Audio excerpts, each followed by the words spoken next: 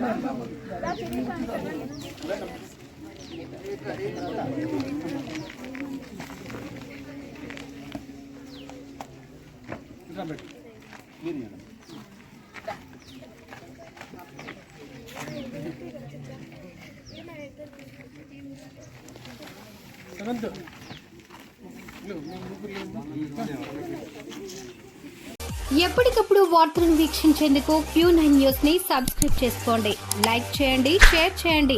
విలువైన సమాచారాన్ని ముందుగా మీరే తెలుసుకునేందుకు బెల్ బటన్ ని క్లిక్ చేయండి.